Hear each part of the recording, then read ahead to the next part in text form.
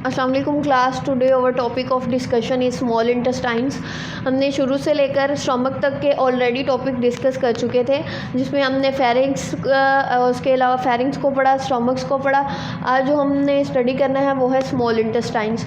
Small intestines के further 3 parts होते हैं, ड्यूडेनम, जिजुनम और इलम।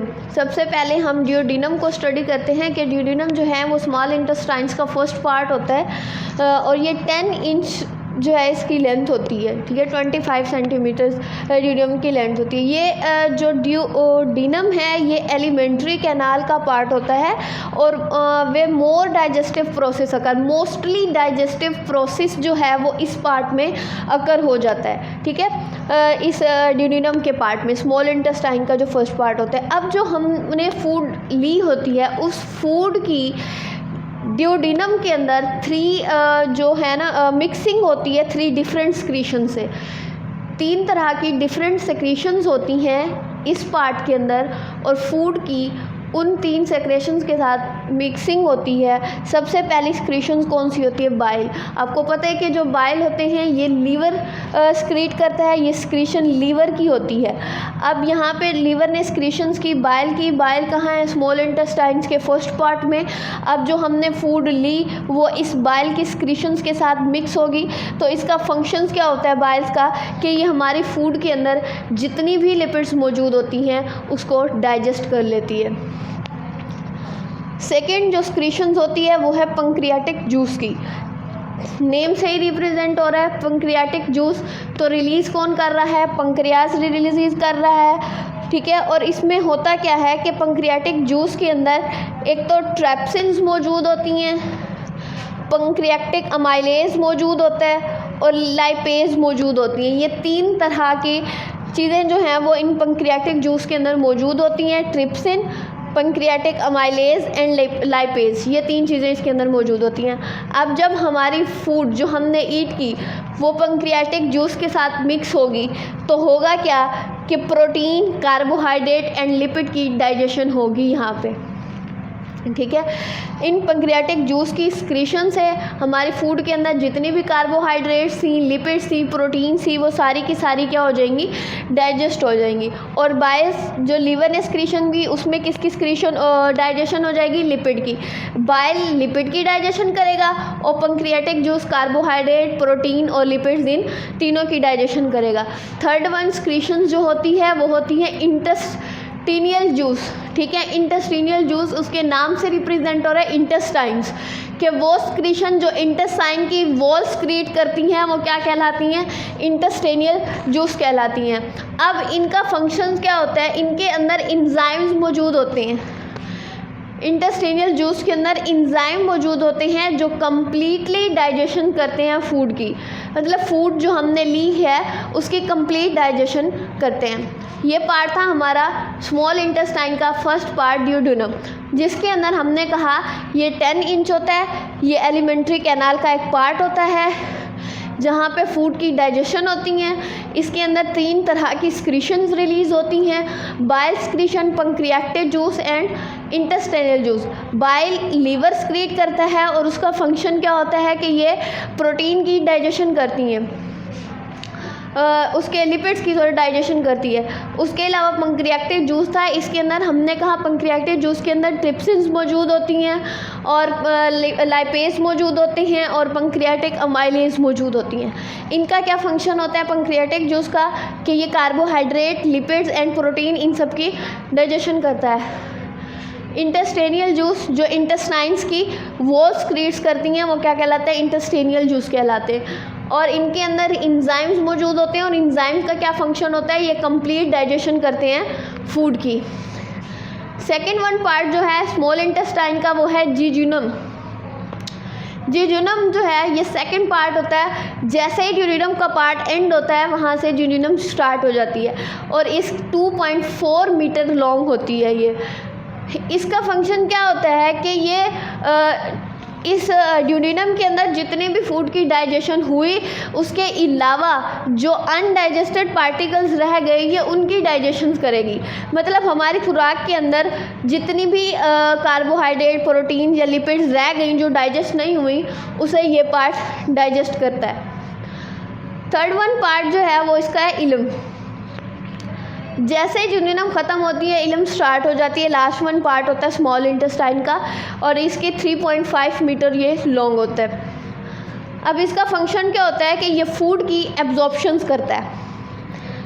इलम 3.5 मीटर लॉन्ग होती है। इसका फंक्शन क्या होता है कि ये डाइजेस्टिव फूड, जितनी भी डाइजेस्टेड फूड थी उसकी एब्जॉर्प्शन करता है। अब स्ट्रक्चर ऑफ इलम में देखते हैं कि इसके इलम के स्ट्रक्चर्स क्या होता है कि इसके अंदर सर्कुलर फोल्ड होते हैं। इलम की इनर जो वाल होती है उसके ऊपर सर्कुलर फोल्ड होते हैं, उस फोल्ड को कहते हैं विलाई, और सिंगल को बोलते हैं विलस। अब जो विलाई होता है इसका फंक्शन क्या होता है कि ये सरफेस एरिया इंक्रीज़ कर देती है इलम का, और उसके अलावा हेल्प करती है फूड की एब्जॉर्प्शन में। उसके अलावा इसके अंदर कैपिलरीज और लैक्टियल्स मौजूद होते हैं। अब कैपिलरीज क्या है कि विलस क्या करती है कि जो ब्लड को सप्लाई करती है कैपिलरीज को, ब्लड सप्लाई करती है कैपिलरीज को और लिम्फेटिक सिस्टम को। ठीक है, ये जो विलस है, हमने ये विलाई पढ़ा, विलस ये क्या करता है कि ब्लड, जितना भी ब्लड्स होता है उसको कैपिलरीज, ब्लड कैपिलरीज को सप्लाई करता है और लिम्फेटिक सिस्टम को सप्लाई करता है। इसे हम कहते हैं लैक्टियल। कि विलाई का ब्लड को कैपिलरीज और वेजल ऑफ लिम्फेटिक सिस्टम के अंदर सप्लाई करना क्या कहलाता है? लैक्टियल कहलाता है। उसके अलावा यह है कि एब्जॉर्प्शन ऑफ फूड, कि किस तरह फूड की एब्जॉर्प्शन होती है। देखें कि the wall of villus are only 1 cell thick, कि जो विलस की वॉल होती है ये 1 सेल थिक होती है।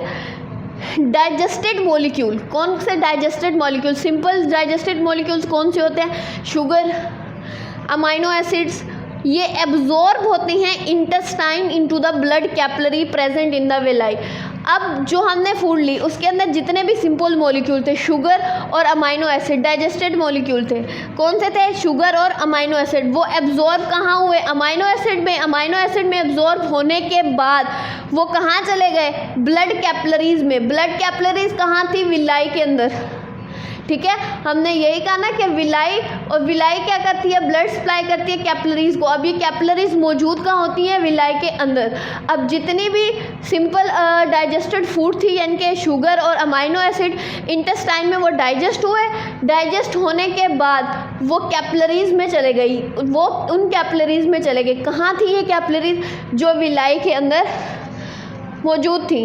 उसके बाद जो ब्लड क्या करेगा? Carry away from small intestine via hepatic portal vein and go to the liver for filtering.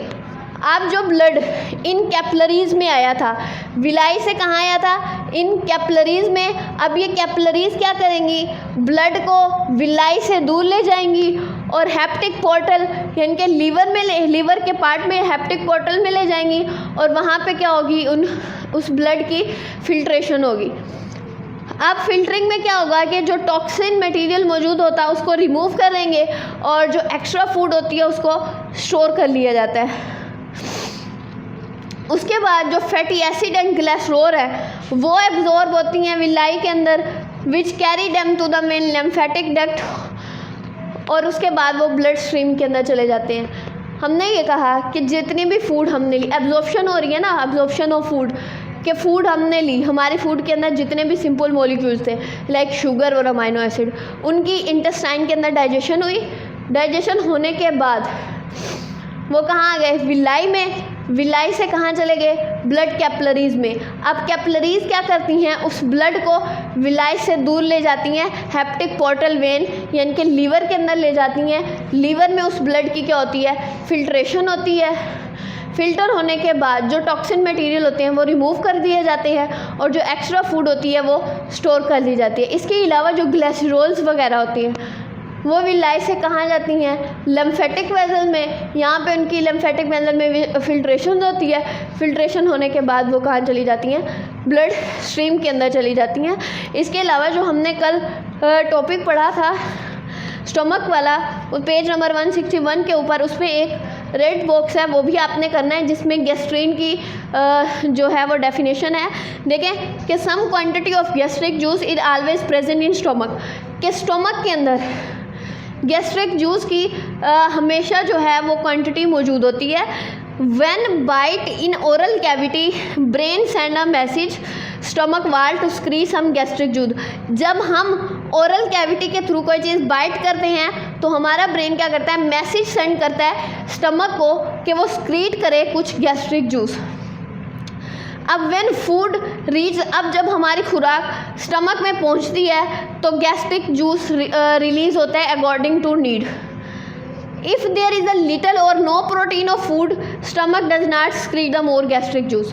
देखिए हमने कह रहे हैं कि स्टमक के अंदर गैस्ट्रिक जूस मौजूद होता है, थोड़ा ना थोड़ा उसकी क्वांटिटी हमेशा स्टमक के अंदर मौजूद होती है। लेकिन जब हम खुराक लेते हैं तो हमारा ब्रेन क्या करता है, स्टमक को मैसेज सेंड करता है कि गैस्ट्रिक जूस रिलीज़ करो, जैसे ही हमारी फूड स्टमक में पहुँचती है। अगर फूड के अंदर प्रोटीन नहीं है तो हमारा जो स्टमक है वो फर्दर पैंक्रियाटिक जूस रिलीज़ नहीं करेगा, ठीक है, गैस्ट्रिक जूस वो फर्दर रिलीज़ नहीं करेगा।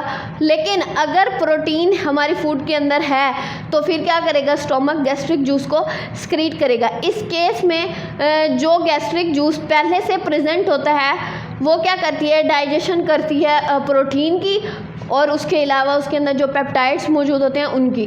अब ये जो पेप्टाइड हैं ये स्टिमुलेट करते हैं स्टोमक की वाल को और रिलीज़ करते हैं हार्मोन जिसे हम कहते हैं गैस्ट्रिन। ये हार्मोन जो है ब्लड के अंदर इंटर होता है और बॉडी के आल पार्ट में डिस्ट्रीब्यूट होता है, और स्टोमक के अंदर इनका स्पेसिफिक इफेक्ट होता है जो कि गैस्ट्रिक ग्लैंड स्क्रीट करते हैं गैस्ट्रिक जूस को। इसके अलावा इस टॉपिक्स के अंदर जितने भी डायग्राम्स हैं, स्टमक की है, इंटेस्टाइन्स की है, उसके अंदर एसोफिगस फेरिंक्स वाली है, वो सारी की सारी डायग्राम्स भी आप लोगों ने करनी है। ओके, थैंक्स, अल्लाह हाफिज़।